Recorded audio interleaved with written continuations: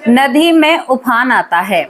उफान के साथ एक 5 साल की लड़की उस नदी की तरफ देखती रहती है। जब उस नदी की तरफ वो देखती है तो बिना कुछ सोचे समझे और उस नदी में वो पैर रख देती है। धीरे धीरे थोड़ा सा जैसे ही वो अंदर जाती है, नदी उसको अपने साथ बहा कर ले जाती है। दोस्तों, वो थोड़ी ही दूर जाकर मिट्टी में गड़ जाती है और उस लड़की की मृत्यु हो जाती है। गांव में शोर मच जाता है। गांव वाले बड़े परेशान होते हैं। परेशान होने के साथ साथ अब उफनती हुई नदी में कैसे उस बच्ची को ढूंढा जाए। इसके बाद जब 2 या 3 दिन होते हैं, जब जैसे ही पानी शांत होता है तो उस लड़की का पूरा धड़ जो नदी की रेती में दबा हुआ होता है और एक पैर केवल बाहर की तरफ निकला हुआ होता है। इस पैर के ऊपर शायद पंछी या गिद्ध जैसे बैठे हुए थे और इसे नोच रहे थे। गांव के लोग जो कई दिन से ढूंढ रहे थे, जब पता चलता है कि कुछ कोस दूर जाकर ऐसे ऐसे एक पैर दिखाई दे रहा है, तो इस लड़की का परिवार जब वहां पर भागता है, दौड़ता है और इस लड़की को जब उस दबी हुई रेती से बाहर निकाला जाता है तो परिवार रो रो कर बावला हो जाता है। माँ तो पागल सी हो जाती है, कहती है कि हे माँ, नदी से कहती है कि मेरा क्या कसूर था, मेरी बेटी का क्या कसूर था जो उसके साथ इतना बुरा हुआ। 5 साल की लड़की किसी का क्या बुरा कर सकती है जो उसके साथ इतना बुरा हुआ, जो उसके पैर को यहाँ पर गिद्ध नोच रहे थे या चील खा रही थी। दोस्तों, यहाँ पर माँ छाती पीट पीट कर रोती है, अपनी बेटी की गुड़िया को देख देख कर रोती है। और मैं आपसे कहूँ, जब इस लड़की को देखते हैं तो सबकी रूह कांप जाती है कि देखो 5 साल की बच्ची के साथ क्या हुआ। इसके बाद इस लड़की को दोस्तों अंतिम संस्कार मतलब इसको मिट्टी में ही दफनाया जाता है, लेकिन सम्मान पूर्वक, क्योंकि हिंदू या सनातन धर्म में भी बच्चों को दफनाया ही जाता है। उन्हें अग्नि में नहीं जलाया जाता है, उन्हें दफनाया जाता है। दोस्तों, यहाँ पर जब ये सब कुछ हो जाता है तो उसके बाद ये बेटी अपनी माँ को परेशान करती है, सपने में आती है और कहती है कि माँ, मैं तुम्हारे ही पास जरूर आकर रहूंगी, क्योंकि मैं इस घाट पर रहती हूँ, ब्रज घाट पर रहती हूँ और यहाँ पर ना मुझे आप लोगों की यादें आती हैं और मैं आप लोगों की जिंदगी में जरूर आऊंगी। आपके घर में तो नहीं आऊंगी, लेकिन सामने जो रंबो रहती है, रंबो नाम की एक औरत वहां पर रहा करती थी, रंबो के घर में मेरा जन्म होगा और माँ, मैं आपसे जरूर मिलूंगी। एक माँ शायद इसे सपना ले रही थी, लेकिन क्या दोस्तों उसकी बेटी आएगी? क्या सच में ही वो बेटी दूसरे के घर में आकर अपनी माँ से मिलेगी, या ये सब कुछ वैसे ही तकियानुसी बातें थी जो मैं आगे आपको बताऊंगी। आप लोग हैरान हो जाओगे और सोचने पर फिर मजबूर हो जाओगे कि भाई, जो कुछ होता है सब कुछ सत्य होता है। कोई भी कहावत या कोई भी कहानी या कोई भी घटना झूठ नहीं होती है। जब एक कथा या कहानी का निर्माण होता है तो उसमें कुछ बातें यानी बहुत हद तक बातें सत्य होती हैं, एक आधी बातें इधर उधर से जुड़ती हैं। और दोस्तों, जिस लड़की का मैं आप लोगों से जिक्र कर रही हूँ, ये लड़की आज भी एक महिला के रूप में अपना जीवन जी रही है। करीबन 59 से 60 साल इनकी उम्र होगी। आज ये कहती हैं कि मुझे लोगों ने जबरदस्ती मार धमकाकर उन यादों को भुलवाने की कोशिश की है, लेकिन आज भी इन्हें हल्की हल्की बातें याद हैं। तो क्या आप इस कहानी को, इस घटना को सुनने के लिए तैयार हो? इस घटना में बहुत ही ज्यादा प्रेरणा मिलेगी। और दोस्तों, यहाँ पर एक चीज जो हमें बहुत सामान्य लगी, यहाँ तक कि हम स्टडी कर रहे हैं, बहुत चीजों पर हम रिसर्च एक तरीके से कर ही रहे हैं, क्योंकि पुनर्जन्म के जितने केस शायद मेरी वीडियो पर हैं उतने आप कहीं पर भी नहीं देखने को मिलेंगे। जो सामान्य चीज है वो मैं आपको क्या बताऊं, वो ये चीज होती है कि हमने बचपन में अपने पिता से सुना था कि जब आखिरी सांसें चलती हैं उस वक्त अगर जीव आत्मा सोचे कि मैं ऐसे घर में जानी चाहिए हूँ, या मैं कोई पशु बनना चाहती हूँ, मैं पंछी बनना चाहती हूँ, तो वो आत्मा वहीं पर जन्म लेती है। आखिरी वक्त पर अगर हम अपने घर को याद करते हैं या परिवार को याद करते हैं, गरुड़ पुराण के हिसाब से तो अगर कोई जीव आत्मा अपने घर से ज्यादा प्रेम करती है या उसे अपना घर बहुत प्रिय लगता है, तो वो जीवात्मा छपकली के रूप में, यानी छिपकली जो आपने लट्टुओं के पास में यानी ट्यूबलाइट के पास में या भीतों पर चलती हुई देखी है, ये वही छिपकली हैं जो कभी इस घर में वास किया करती थी या इनका ये घर हुआ करता था। घर का मोह इन्हें यहाँ पर खींच कर लाता है और ज्यादा मोह होने के कारण आत्मा को यानी छिपकली के रूप में जन्म लेना पड़ता है। तो मैं गरुड़ पुराण के हिसाब से आपको बता रही हूँ कि जो ज्यादा अपने घर में, जैसे होता है ना कि हाय मेरा घर, ये मेरा घर रह गया, जाते जाते बहुत लोग कहते हैं कि मेरा घर पीछे छूट गया, तो वो छिपकली के रूप में उस घर में प्रवेश रहते हैं, हमेशा उस घर में अपनी पूरी जिंदगी को बिताते हैं और घर में रहते हुए उनकी जिंदगी बहुत अच्छी होती है। उन्हें ना ही तो कोई खाता है, ना ही कोई मारता है और यहाँ पर बहुत आराम से वो यहाँ पर कीटों को खाती हैं और जिंदगी बिताती हैं। चलिए इन बातों को छोड़िए। हमने जो कहा कि मरते समय आप जो सोचोगे, जिसे आप चाहोगे, आप वहीं पर जाओगे। तो आप मरते वक्त भगवान का नाम लोगे तो जरूर आपको मोक्ष मिलेगा और जरूर आपको मुक्ति मिलेगी दोस्तों। लेकिन ये सारी चीजें भी भगवान के हाथ में होती हैं। जिस जिंदगी में उन्हें हमें डालना है वो उसी का नाम हमारी जिह्वा पर, हमारे मानसिक में वही नाम आएगा। आप सोचिए, आप एक भाई का सवाल आया था।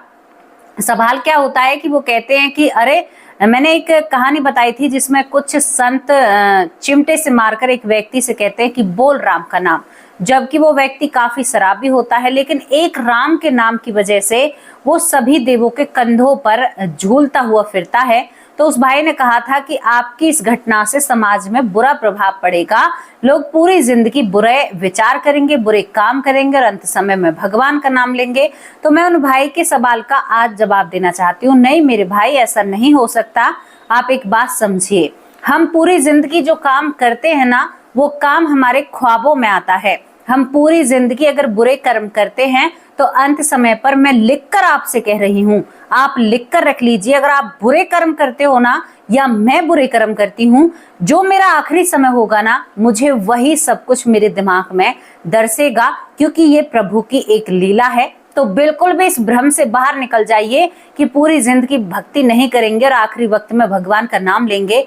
हो ही नहीं सकता, कितना भी सोच लीजिएगा, लेकिन आपको भगवान का नाम याद ही नहीं आएगा, क्योंकि जिंदगी में जो काम किए हैं वही तो आखिरी समय पर याद आएंगे। क्योंकि हमारा शरीर एक फ्लैशबैक में जाता है और एक मेमोरी, पूरी मेमोरी को आपको दर्शाता है। उस मेमोरी में अगर आपने भगवान का नाम लिया है तो वो भी आपको याद आ सकता है। लेकिन अगर आपने बुरे कर्म किए हैं और कुछ किया ही नहीं है तो फिर आप घर गृहस्थी और मोह माया में फंस सकते हैं। दोस्तों, आज थोड़ा सा हमने आप लोगों को इस बारे में जानकारी दी। तो चलिए अब आपको इस कहानी को बताते हैं, जहां पर एक लड़की के साथ बहुत बुरा होता है जबकि वो 5 साल की उम्र में होती है। कहानी होती है बिहुनी गांव की। बिहुनी गांव में एक गुड्डी उर्फ शशि नाम की लड़की रहती है। अब मैं इसके 2 नाम क्यों ले रही हूँ, क्योंकि इस लड़की ने एक ही गांव में जन्म लिया था और आमने सामने घरों में 2 बार इसका जन्म हुआ था। तो पहला नाम इसका शशि होता है। दोस्तों, ये 5 साल की होती है और 5 साल की उम्र में, आज से करीबन आप लगा लो 62 साल पहले की मैं आप लोगों को बातें बता रही हूँ। 62 साल पहले बहुनी गांव में ये लड़की बहुत अच्छे से रह रही थी अपने परिवार के साथ। परिवार में कोई भी परेशानी नहीं थी, ग्रामीण इलाका था, बहुत अच्छे से जिंदगी बीत रही थी, जिंदगी में कोई भी कमी नहीं होती है। अब इस गांव के पास से नदी गुजरती है और ये कैसे न कैसे उस नदी के पास पहुंच जाती है। दोस्तों, जब ये नदी के पास पहुंचती है तो नदी के पास जब ये पहुंचती है तो उस वक्त नदी उफान पर थी और घर वाले ध्यान नहीं दे पाते हैं कि नदी उफान पर है। घर वाले सोचते ही नहीं है कि हमारी बेटी वहां तक पहुंच सकती है और यहाँ पर ये 5 साल की लड़की नदी के पास पहुंच जाती है। जब ये नदी के पास पहुंचती है तो मैंने आपको पहले बताया, जब नदी उफान पर होती है तो ये किसी तरह से इस नदी में बह जाती है, एक आधी कोस दूर जाती है और शायद ये डूबने के कारण ये इस दुनिया से चली जाती है। जब ये डूब जाती है तो जैसे बहाव होता है, ये धीरे धीरे शरीर मिट्टी के अंदर दबने लगता है और इसका सर नीचे की तरफ हो जाता है, पैर ऊपर की तरफ हो जाते हैं। उधर माँ बाप अपनी बेटी को ढूंढते हैं, लेकिन इधर नदी पर उस बच्ची को बचाने की कोशिश होती है, लेकिन बहते हुए पानी में कौन क्या कर सकता है। ये लड़की कोई भी इसको ढूंढ नहीं पाता है। गांव में जब खबर फैलती है तो माँ बाप नदी के पास आकर विलाप करते हैं। माँ छाती पीट पीट कर, सीना पीट पीट कर रोती है कि माँ, मैंने तेरा क्या बिगाड़ा है जो मेरी बेटी के साथ ऐसा हुआ है। दोस्तों, यहाँ पर इतना कुछ होता है, ये माँ बहुत विलाप करती है। किसी को भी इसकी 5 साल की बेटी नजर नहीं आती है।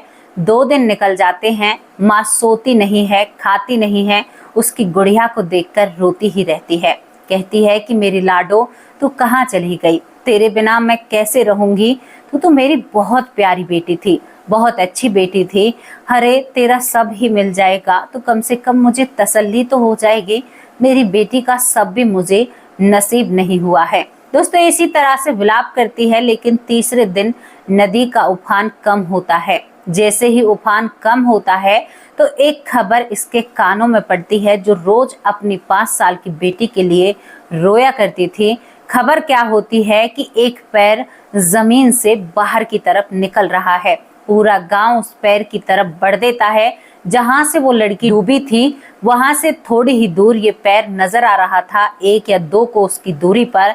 जब गांव वाले वहां पर जाते हैं और जल्दी जल्दी इस पैर को देखते हैं तो देखते हैं इस पैर को यहाँ पर पंछियां यानी चील और गिद्ध जैसे नोच रहे थे, कौवे भी खा रहे थे। तो जल्दी जल्दी गांव वाले उन्हें उड़ाते हैं। वहां पर माँ बाप भी पहुंच जाते हैं। पिता बावलों की तरह उसे हाथों से खोदने लगता है और जिस चीज का डर था वही होता है। यहाँ पर इनकी 5 साल की बेटी जमीन के अंदर मिलती है, जो कि बहाव में बह चुकी थी। रोते हुए बेटी को गोद में उठाया जाता है, दोबारा से नदी में ही स्नान कराया जाता है। शरीर से दुर्गंध आने लगी थी। इसके बाद एक भारी दुख के साथ इस बेटी को जमीन के अंदर दफन कर दिया जाता है, क्योंकि सनातन संस्कृति में जो बच्चे होते हैं उन्हें दफनाया जाता है। दोस्तों, यहाँ पर लेकिन माँ के कलेजे को ठंडक नहीं थी। वो दिन रात अपनी बेटी के लिए रोया करती थी। कहती थी कि बेटी, तू कहीं से भी एक बार मेरे पास आ जा।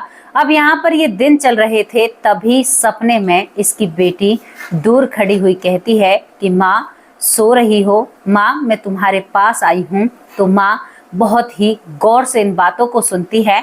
तो माँ देखती है कि इसकी बेटी उसी घाट पर खड़ी हुई है। वो बेटी कहती है कि माँ, मैं इस घाट पर रहती हूँ और मैं बहुत जल्द आपके पास आऊंगी। लेकिन दोस्तों, माँ बिलख बिलख कर कहती है कि बेटी, तू मेरे पास आ जा, तू मेरे ही साथ आ जा, तू मेरी कोख में आ जा, तू मेरे पास आ जा, एक बार मेरे सीने से लग जा, मैं तुमसे लिपटना चाहती हूँ, मैं रोना चाहती हूँ। तो यहाँ पर ये बेटी कहती है कि माँ, मैं जरूर आऊंगी, लेकिन कुछ वक्त लगेगा। अब ये 5 साल की लड़की ऐसा क्यों कह रही थी? दोस्तों, धीरे धीरे समय अपनी करवट लेता है, धीरे धीरे वक्त निकलता है।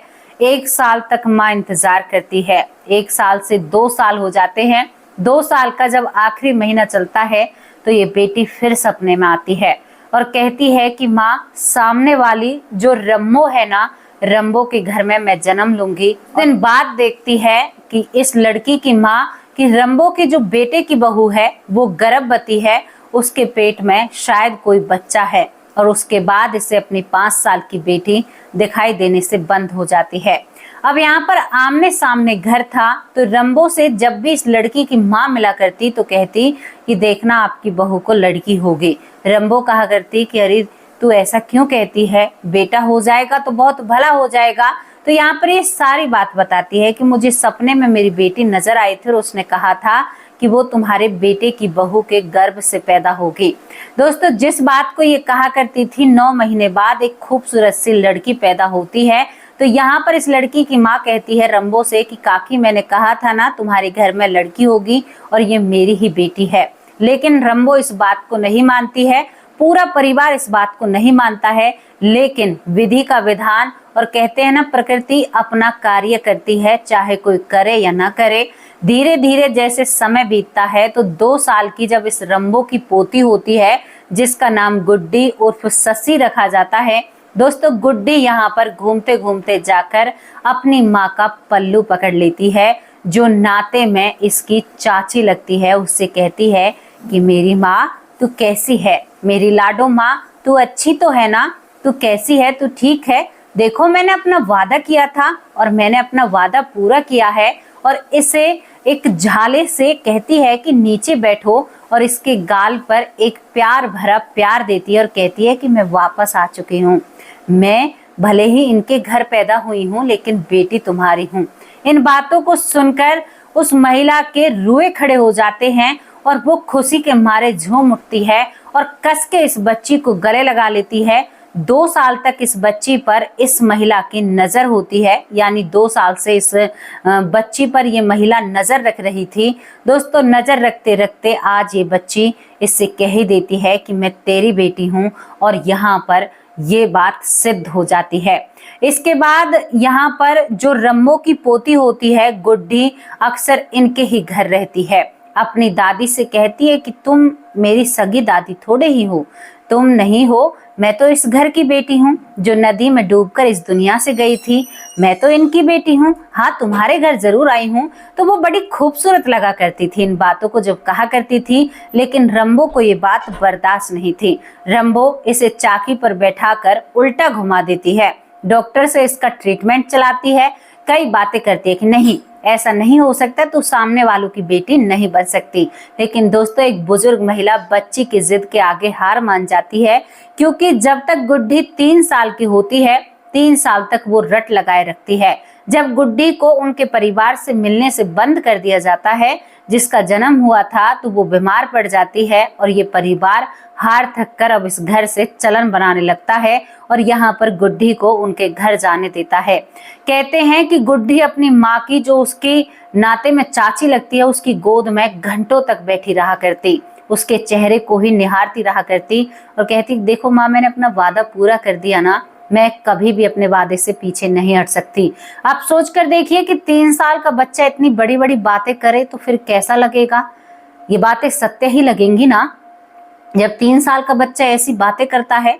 तो यहाँ पर यही सिद्ध हो जाता है। लेकिन रंबो को ये बातें रास नहीं आ रही थी और रंबो 8 साल की जब गुड्डी हो जाती है तो इसको मार धमका कर कहती है कि अब तू उसके घर नहीं जाएगी और उन्हें याद नहीं करेगी, हल्का फुल्का आना जाना रहेगा और बाकी की कोई बकवास मैं तुझसे नहीं सुनना चाहती।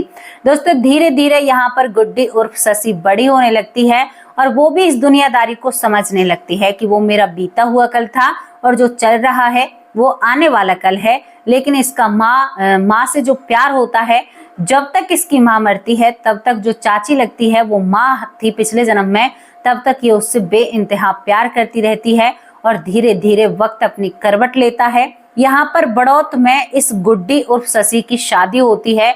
तो यहाँ पर उस कन्यादान को भी बड़ी रिक्वेस्ट के साथ यहाँ पर जो पिछले जन्म की शशि होती है उनके माँ बाप कन्यादान को लेते हैं और कहते हैं कि हम अपनी बेटी का कन्यादान खुद करना चाहते हैं।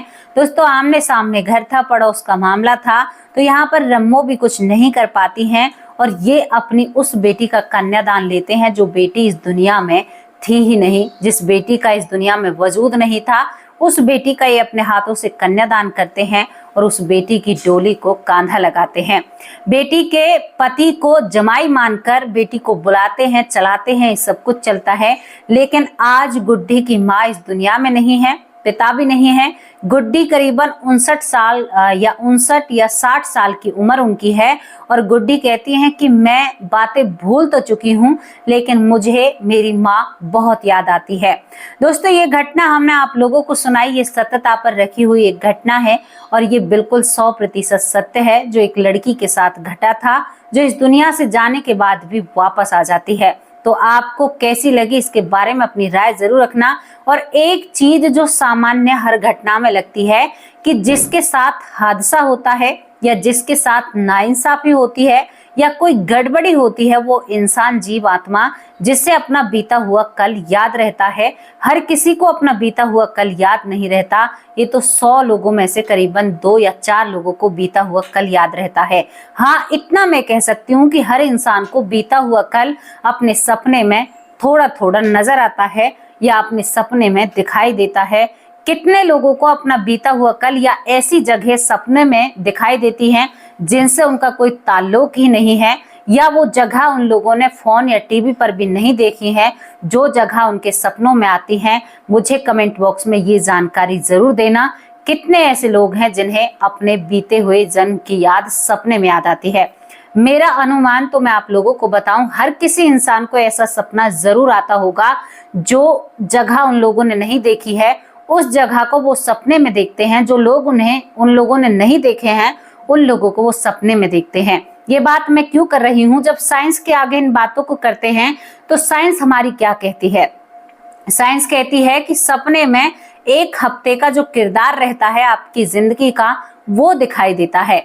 लेकिन मैं कहती हूं कि आप एक हफ्ते क्या, अपनी पूरी जिंदगी में जो चीज आपने नहीं देखी है वो आपको सपने में दिखाई दे जाती है। जब आपने वो चीज देखी नहीं है तो सपने में कैसे दिख सकती है? फिर साइंस कैसे कह सकती है कि आपकी जो आंखें एक हफ्ते तक देखती हैं वही आपको सपने में नजर आता है? तो मैं आप लोगों से कहना चाहती हूं कि आप कितना यकीन करते हैं? मेरा अनुमान सही है। हर किसी को अपने बीते हुए जन्म की याद बिल्कुल सपने में कभी न कभी जरूर नजर आई होगी, बचपन से लेकर बुढ़ापे तक। ये मेरा दावा है। क्यों दावा कर रही हूँ? किसी बात को जानकर पहचान कर तभी दावा कर रही होंगी। एक ना एक सपना आपको जरूर ऐसा आया होगा जो जगह आपने ना ही फोन पर, ना ही टीवी पर, ना ही किसी अपने पर, ना आप वहां पर गए होंगे और ना कभी अपने जीवन में उस चीज को देखा होगा। तो साइंस तो यहीं पर मौन हो जाती है जहां पर ये बात आती है। तो कैसी लगी आप लोगों को ये घटना? अपनी राय कमेंट बॉक्स में जरूर रखना। और माफ करना, मैं आज ना ही तो दोपहर की वीडियो डाल सकी हूँ और ना ही शाम की वीडियो में आप लोगों के नाम ले रही हूँ। क्यों नहीं ले रही हूँ? क्योंकि मैं आज किसी काम में इस कदर फंसी हुई थी कि मैं वीडियो नहीं तो बना पाती हूँ, नहीं सर्च कर पाती हूँ और बहुत टाइम लगता है एक वीडियो की सर्चिंग करने में। अब मैं काफ़ी देर से इस वीडियो पर सर्च किया था, आप लोगों के सामने रखी है। जैसी भी लगी हो अपनी राय कमेंट बॉक्स में जरूर रखना। कल हाजिर होंगी एक सच्ची और अच्छी स्टोरी के साथ। तब तक के लिए नमस्कार, जय हिंद, जय।